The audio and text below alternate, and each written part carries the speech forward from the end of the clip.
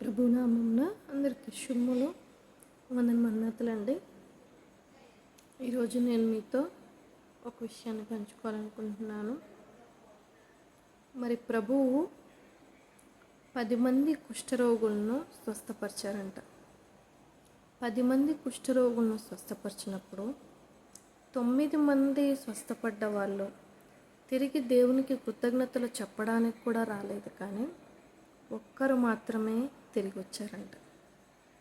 మరి మన జీవితంలో, మన లైఫ్లో, మన సమాజంలో కూడా మనం చూసినట్లయితే, మీరు ఇలాంటి పరిస్థితి ఎదుర్కొన్నారో లేదో నాకు తెలియదు, కానీ అండి నేనైతే ఒక చిన్న కారణం చేత, చిన్న పరిస్థితి చేత ఎదుర్కొన్నాను. నేనే ఒకరి సహాయంతో, ఒకరి తోడుతో ఉంటూ ఉంటాను. అది దేవుని సహాయము, దేవుని కల్పించిన బంధంతో. ఆ స్థితిగతిలో ఉండి కూడా నేను ఇబ్బంది పడుతున్న ఒక సహోదరికి చెయ్యి అందించి నేను సహాయం చేయాలని అనుకుంటే, బహుశా నేను సహాయం చేయకముందు ఒక మంచి చెల్లిగానన్నా ఉండేదాన్నేమో. సహాయం చేసిన తర్వాత వారికి నేను నా ఇబ్బందులను బట్టి నేను మరలా వారిని తిరిగి నేను సొమ్ము అడిగినప్పుడు వారికి నేను శత్రువుగా, పడని దానిగా మారిపోయానమాట. మనము చాలా వరకు చూస్తూ ఉంటాము కదా, డబ్బులు ఇచ్చిన వాళ్ళే శత్రువులు అని. అలాగున్నే మనము ప్రభువు కూడా మన రియల్ లైఫ్లో మనం చిన్న చిన్న సమస్యల్లో ఎదుర్కొంటూ ఉంటాము. మరి మన ప్రభువు కూడా ఏం జరిగిందండి? ఆయన మేలు చేశాడు, ప్రతి ఒక్కరికి మేలు చేశాడు. ప్రతి ఒక్కరికి ఆయన మేలు చేసిన వారందరే ఆయన్ని హాని చేశారు, గాయపరిచారు. మరి వారందరిలో కనీసము 50 మంది అక్కడ ఉంటే 50 మందిలో 40 మంది పైనే ఆయన చేసిన కార్యములు చూసి ఉన్నారండి.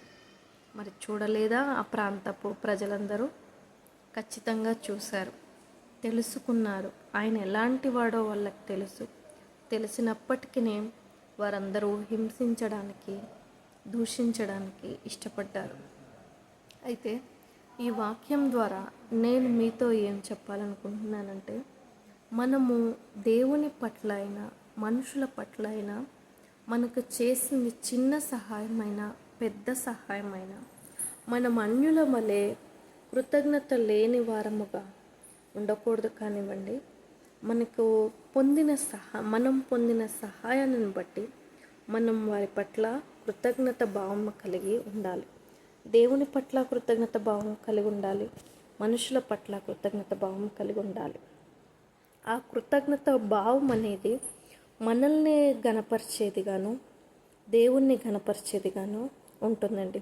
మరి ఆయన బిడ్డలమైన మనము మంచి ప్రవర్తన, సత్ప్రవర్తన కలిగి, సమాధానము కలిగి ఉండడం వల్ల మరి అది మన దేవునికి కూడా ఘనతే కదా.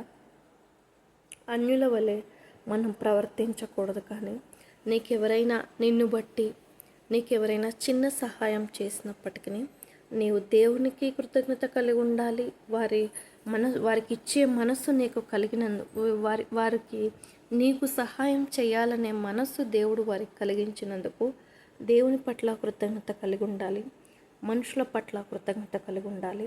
అలాగున్నే వారి గురించి ప్రార్థన చేసేటువంటి స్వభావం కూడా కలిగి ఉండాలి. అంతేకాని అన్యుల వలె సొమ్ము తీసుకోక ముందు ఒకలాగా, వారి సొమ్ము తీసుకుని వారిని ఇబ్బంది పెడుతూ, వారిని బాధ పెడుతూ, మరలా తిరిగి వారినే శత్రువులుగా మాట్లాడితే వారి హృదయం ఎంతో గాయపడుతుంది, వారి హృదయం ఎంతో నొచ్చుకుంటుంది. కనుక మనము ఎందుకు వీరికి సహాయం చేశాను, అసలు నేను చూస్తూ, అంటే వాళ్ళు ఎలాగన్నా ఉండని, వాళ్ళ ఇబ్బందుల్లో ఉండని, ఇరుకుల్లో ఉండని, ఎలా అన్నా ఉండని చూస్తూ నేను ఊరుకొని ఉన్నట్టయితే బహుశా నేను మంచిదానిలాగే ఉండేదాన్నేమో కదా. నేను సహాయము చేసి నేను చెడ్డదాన్ని అయ్యాను అనేటువంటి స్వభావము ఎవరికి కలగకూడదు. వారు ఒకవేళ నీవు అప్పు తీసుకున్నావు, వారికి సమయానికి చెల్లించలేకపోయావు, చెల్లించలేకపోయినప్పుడు వారు నిన్ను ఒక మాట అన్నారు, అవమానపరిచారు, గాయపరిచారనుకో, ఉదాహరణకు చెప్తున్నాను, గాయపరిచారే అనుకో, వారి ఇబ్బందులను బట్టి, వారి ఇరుకులను బట్టి, వారి ఒత్తిడిని బట్టి నీవు తిరిగి వారిని గాయపరిచే విధంగా ఉండకూడదు. కానీ నీవు దేవునికి ప్రార్థన చేసుకొని నీవు విజ్ఞాపన కలిగి, నాకు సహాయం చేసినందుకు వారు ఇబ్బంది పడుతున్నారు దేవా, అలాగున వారు ఇబ్బంది పడకుండా నన్నును వారిని ఇద్దరిని బయట వేయని నీవు నీ నిజమైన రక్షకునికి నీవు ప్రార్థన చేసినట్లయితే ఆయన మనము పడుతున్న ఇబ్బందుల్లోంచి, ఇరుకుల్లోంచి మనం సహాయం చేసిన వారిని ఇబ్బంది పెట్టడు, ఆయన మనల్ని ఇబ్బంది పెట్టడు. నేనైతే అలాగే చేస్తానండి. నాకు సహాయం చేసిన వారిని గురించి ప్రార్థన చేస్తాను. అలాగే నా నిమిత్తమై వారు, నేను సమయానికి వారికి సొమ్ము ఒకవేళ కొంచెం అటు ఇటుగా నేను చెల్లించవలసి వచ్చిన, వారు నా నిమిత్తమై పడుతున్న బాధకి కూడా నేను వారి గురించి ప్రార్థన చేస్తాను. నా నిమిత్తమై గిన్నెడ చన్నీళ్ళు ఇచ్చిన వృధాగా పోదని అన్నారు కదండి ప్రభు. అలాగున్నే నేను వారి నిమిత్తమై ప్రార్థన కూడా చేస్తాను.